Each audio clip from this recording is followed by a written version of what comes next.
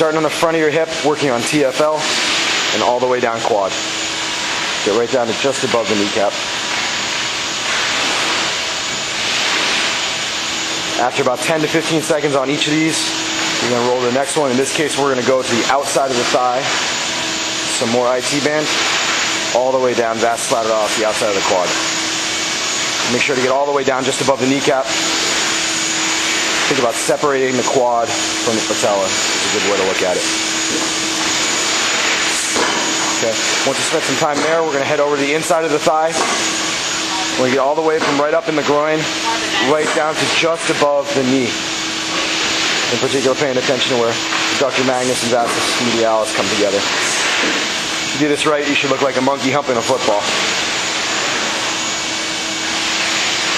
All right, we're going to stick with the roller. We're going to go up and we're going to roll out your lats. In this case, we're going to go from the base of the shoulder blade right up into the armpit, making sure that you're right about a 90-degree angle to the roller. Okay. Don't go all the way down to your back. You want to stay right up in that armpit area. So base of the shoulder blade, right up to the armpit. From there, we're going to just turn over and do pecs. So it's a little bit trickier to get at. Got to angle yourself perfectly. Make sure you don't take off a nipple. Right there. And then we're just going to turn over and go to thoracic extensions. Okay, you should be able to get your entire upper back in about 3 passes. You'll notice that Tony keeps his butt on the ground, hands back. He doesn't go into cervical extension, right? He keeps his chin tucked the way it should be. Make sure it's all thoracic extension. It's not just the lower back movement, it's the upper back getting some range of motion. Gets that third pass, and once we finish that up, we're going to go up and roll on our rhomboids. So for this one, you're just going to cross your arms across your chest, and we're going to roll out the upper back. You'll notice that Tony doesn't move all the way down to his lower back. He keeps it right from like that mid-spine up to just short of the neck. Okay, so he gets a little more range of motion there. Okay. Once he's gotten that done, we're going to go ahead and we're going to add in the ball. Ball's a little bit more focal than the roller, so we can get more work done with that. We're going to start out on the calves. Work on 3 positions. We're going to go down by Achilles first.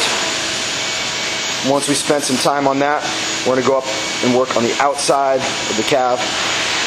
And again, we're doing these on both sides. We're just showing you one side. So lateral gastroc and peroneals. And then we're going to go towards the medial aspect of the calf. Then one on the inside. From there, we're going to take it up, work on glute medius and piriformis. What Tony's going to do is cross that right leg over the left, put the ball right underneath his butt, and I become a pain in the butt, literally and figuratively, as he works it out.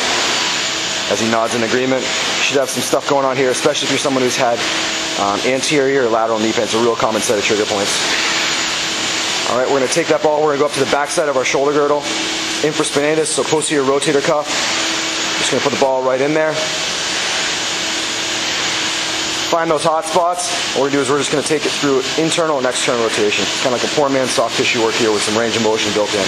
All right, so internal and external rotation. You'll notice that he doesn't just go into elbow flexion extension. He keeps that elbow locked right at 90 degrees and just rotates right on top of the ball. Okay. Last one we're going to do is he's going to stand right up and just work on the base of his foot, so the arches of his feet. You can just kick that shoe right off, stand on the ball, work it out. Real common problem for people who pronate too much, also supinators as well. Plantar fasciitis is something that can affect everybody. So something you really want to work on tissue quality here. Lots of intrinsic foot muscles that can get going. That'll do it. Building some mobility through the thoracic spine, also known as the upper back. So what we see with Mike when he sets up is he's got a foam roller here supporting his top leg, which makes sure that his lower back stays in a neutral position. From here, what he's going to do is he's going to initiate it by reaching with that top arm and then creating this big circle up over the top. And then he'll kind of stop when he gets back to this nice equal and opposite position. Okay? What you'll notice as he goes through this is 2 things. One, he follows his hand with his eyes. So he uses some mobility at his neck to kind of drive some at what goes on at his upper back. But just as importantly, you'll appreciate that he's not just cranking on his shoulder. Instead, this is an upper back mobility drill, and the shoulder kind of comes along for the ride. So as he reaches around, the shoulder blade needs to tip back on the rib cage just a little bit to create that good mobility. You'll still feel a good stretch through that pec, but it's all about getting that upper back a little bit more open.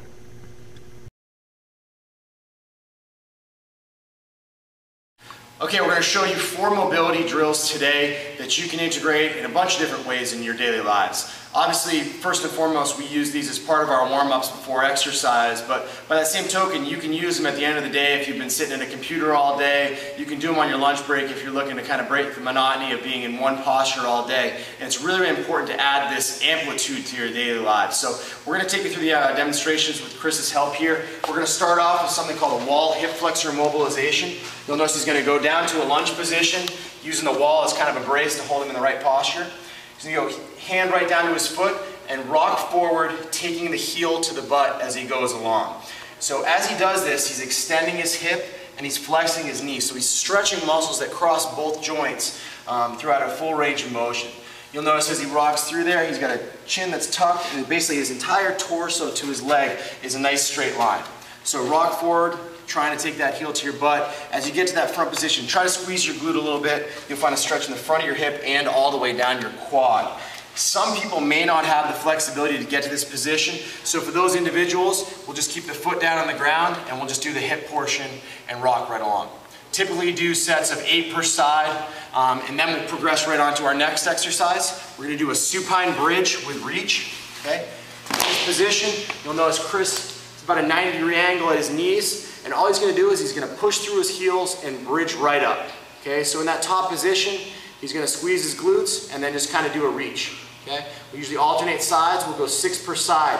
As he bridges up, we're trying to keep that lower back out of the motion. Instead, he should feel it in his butt and maybe a little bit in his hamstrings. But you'll notice for some people, the toes will come up off the ground, and that can help keep their weight back a little bit. As he bridges up, he's going to brace his core, and he's going to focus on rotating through that upper back. So we're trying to build some mobility in what we call his thoracic spine, or his upper back, while that core stays stable. All right? So we're going to roll over onto our stomach here. For our next exercise, yoga push-ups. All right, so it's a regular push-up in that bottom position. As he gets to the top, he's going to shoot his hips back up nice and tall. You'll notice his head stays right in line with his body. The chin is tucked. He's basically getting a little bit of full shoulder flexion. He's getting some upper back mobility. He's getting a stretch on his calves, a little stretch on his hamstrings. And then he comes back down, does a regular push-up, maintaining that neutral spine, comes back up, pushes his hips back.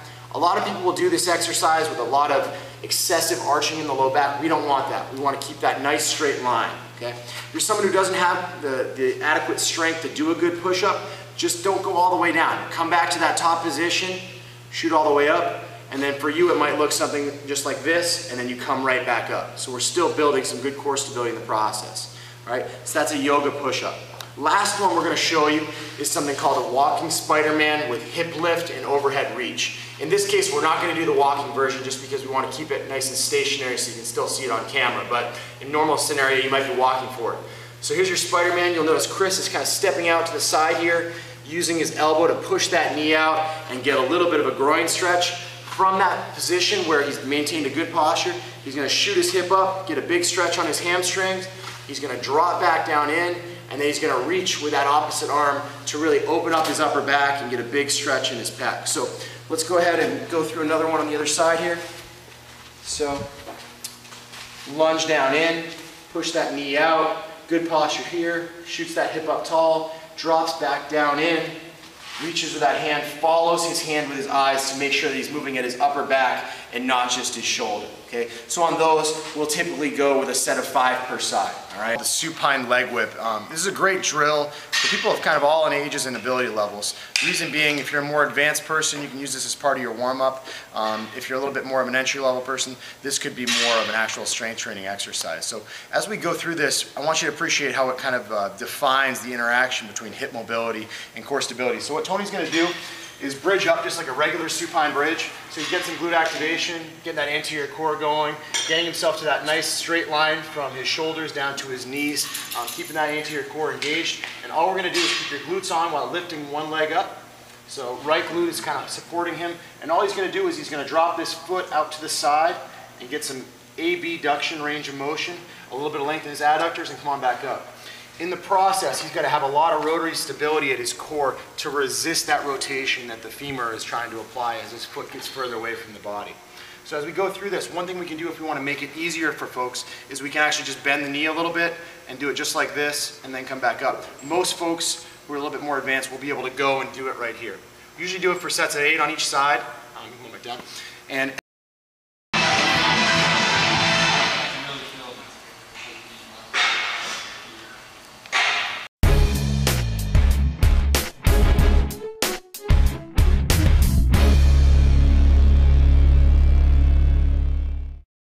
Ankle mobility restrictions are one of the most common problems that we see in athletes.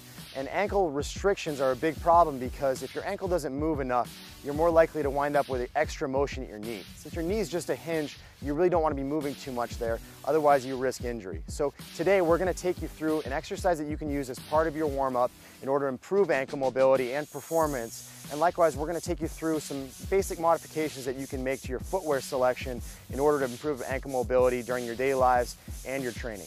John's going to help us out with demonstrating what we call a rocking ankle mobilization. So what we're going to do is we're going to have him go down into a push-up position. He'll take his right foot and take the toe and put it right on top of the heel here. And all we're going to do is he's going to rock down and force that heel to the ground. You'll notice John's not quite getting there just yet. So what we're going to do is we're going to have him walk his hands a little bit closer to his feet. And then we're going to push that heel down to the ground. Getting a little bit shorter helps him out. So we'll rock back up and then right back down. As he goes through here, he's going to get a big stretch along his calf and also a little bit of a stretch across his hamstrings as he goes. So we'll come right back up. Usually hold for a count of 1/1000 in the bottom position. We'll do 8 reps on each side. One other quick way to improve ankle mobility without really any effort on your part is simply to get out of more restrictive footwear. So avoiding big high top sneakers that weigh a lot.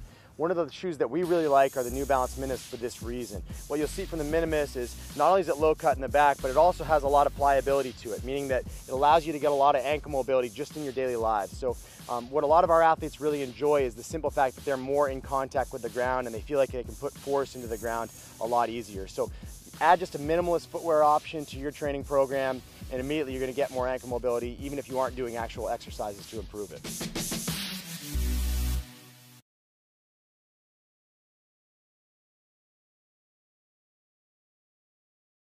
All right guys, we're going to show you an inchworm. This is a drill that's been around for a long time, but I think people overlook it sometimes with how much it can really offer to a baseball player. We use it as part of our warm-ups. One of the things that we know about pitchers, or really anybody that throws a baseball over the course of a season, is they tend to lose upward rotation of their shoulder blades. So in other words, that's why you see so many guys whose shoulders are kind of sinking down here after they've gone out and thrown 80 or 100 innings over the course of a season. So one of the things that we try to do in our warm-ups is try to get arms up overhead as much as we can. Teaches good neutral core positioning, but it drives that good upward rotation of our shoulder blade that we want so we can get our shoulder back to a good healthy position. So inchworms are a great way to get some lower half mobility, to get some core stability, and also to drive some good control of your upper back and shoulder blades. So all we're going to do is, I tell guys, go right down into a toe touch, walk your hands to the point that they're way out in front of your body, so we're getting some good upward rotation of our shoulder blades. We're getting our rotator cuff to fire like crazy. Our chin's tucked, so we're teaching neutral spine positioning, and we're not arching our back, so we're braced nice and tight.